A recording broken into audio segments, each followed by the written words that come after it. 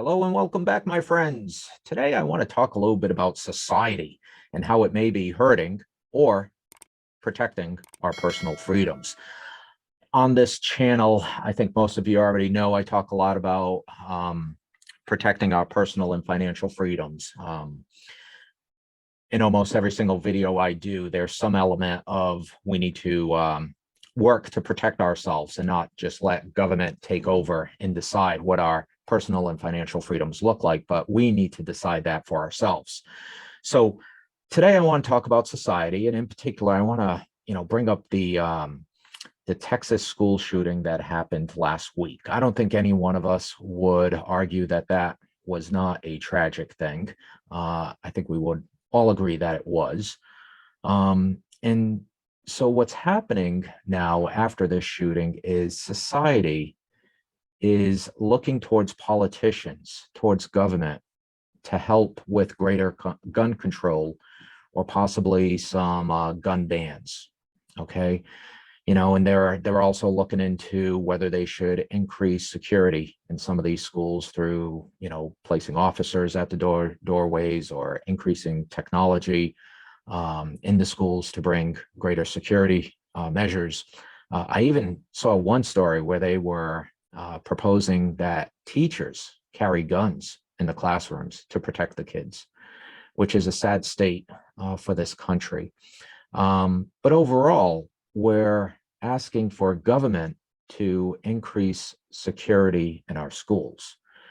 And so my question, my thought process here is that a good thing that we're asking for government to do that? I let my mind wander and I say, okay, if we do all those things, wouldn't the gunmen just go to a church and start shooting people inside a church? Or what about inside a shopping mall, right? We've seen those in the past where gunmen go into a shopping mall and start shooting people. We've also seen it with theaters where they've gone into theaters and shot people. So what do? Do we start putting more security measures into those churches and malls and theaters? Where does it end, right? So this call for increased government security in our schools, does it take us down a path where we actually do have greater freedoms and greater security? I don't know. It's just a thought that I'm working through in my own head. And again, I'd love to see your comments down below to see where you're at. But I wanted to share this quote that I had found from Robert Kiyosaki, and it reads: "For most people, the price for personal excuse me, let me start over again. For most people, the price for security is personal freedom. And without freedom, many people spend their lives working for money rather than living out to their dreams." So basically what he's saying here is people are willing to trade their personal freedom for more security, more governmental security, right? But what happens is without freedom, you can spend your lives working for money rather than living out their dreams. So it's a pretty impactful statement, and it makes you just kind of, I don't know, at least for me, it makes me say, what are we really asking for here? And is it the right thing for us as a society to be asking of our government, right? So, yeah, I just kind of think through that a little bit. And so it leads me down the path. So what do we do? Right. And so I start looking at maybe some of the root causes to these shootings. And, a lot of it comes right back at us, right? In terms of a society. We've heard many times that these shooters come from, single parent homes where there may be no father present, right? And then also I take a look at how our discipline standards have decreased, right? Where I'm not advocating that parents should harm their children or beat their children, but they need to be held in a type of standard, right? They need to be disciplined and held to a standard. And unfortunately, today in society, there's too much of, we let the kids rule the household, which is quite sad. I see it too often myself in the business that I'm in. So we can only put that blame back on ourselves if we have, uneducated children who go out and do these sort of things. And we have to question, have we made it too easy, to become a single parent? Right? Have we made it in society, right? In society, have we made it too easy to be a single parent? Have we made it too easy for these fathers to just walk away, from their responsibilities, right? Have we made it too easy to just, drop these high levels of standards in terms of holding our kids accountable and disciplining our kids in a way such that it's done in a loving and meaningful way, such that they are held to a standard, right? So I have this, I want to transition to this clip with on Fox with former Arkansas Governor Mike Huckabee, because he shares a similar perspective, right? So let me just start this here.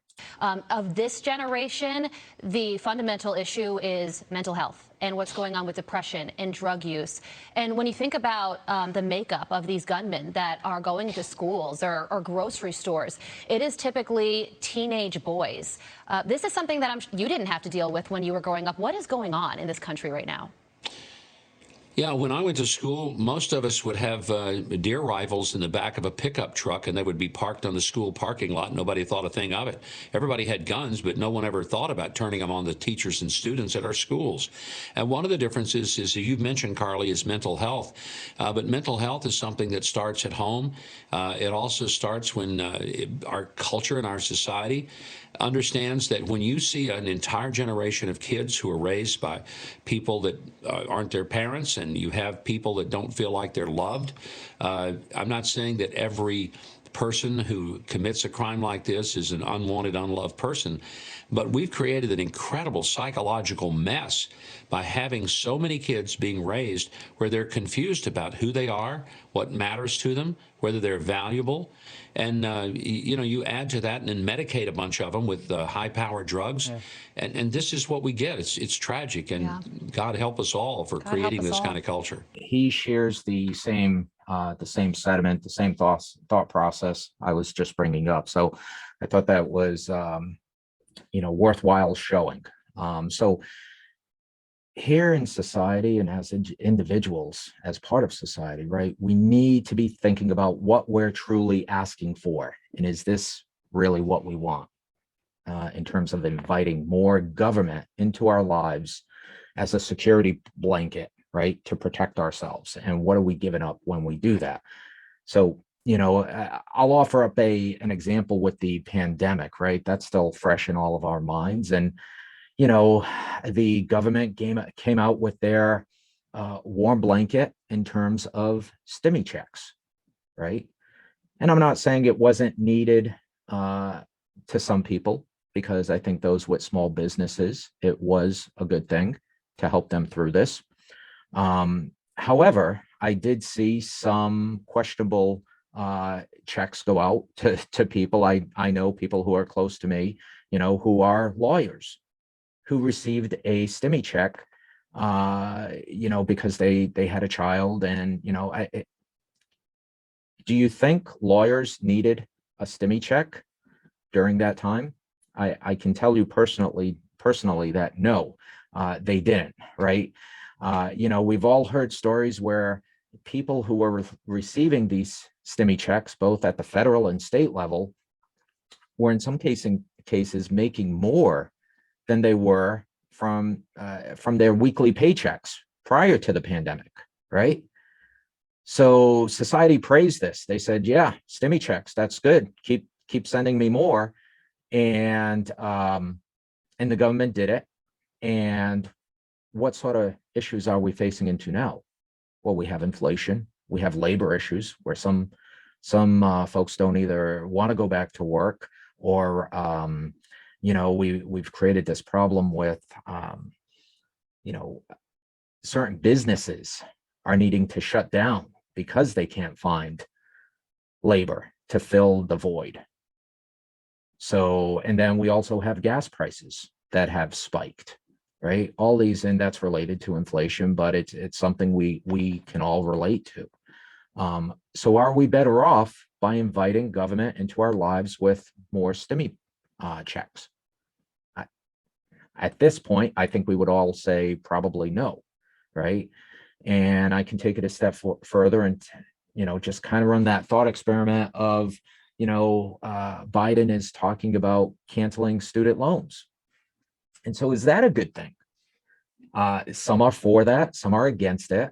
But having more money in students' pockets via canceling those loan payments, now these students have more money in their pockets. Is that going to create inflation, right? What are they going to do with that money? Instead of paying their student loans, where does that money flow? Does it flow into them buying homes? And that will only further exacerbate this housing problem that we have?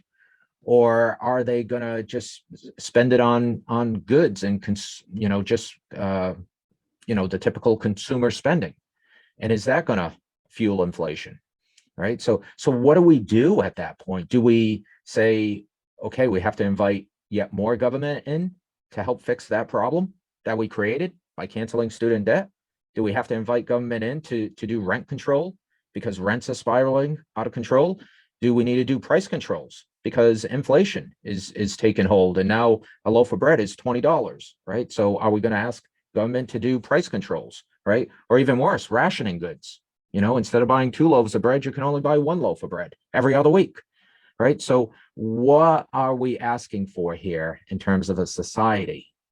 When we invite government into solving some of these problems, okay?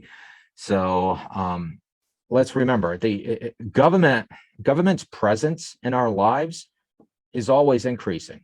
So we don't need any incentives to invite them into it further. So I just wanted to share this topic just to maybe try to help people, kind of, again, think a little differently. And in this case, how society may be harming some of our personal and financial freedoms. So I don't know. That's what I had today. I'd love to hear your comments down below. Again, if it's something you're interested in and you want to hear me yak more about, I'm happy to do so. Just hit the like button so I know what you folks like out there. And yeah, thanks for watching, and we'll see you on the next one. Thank you.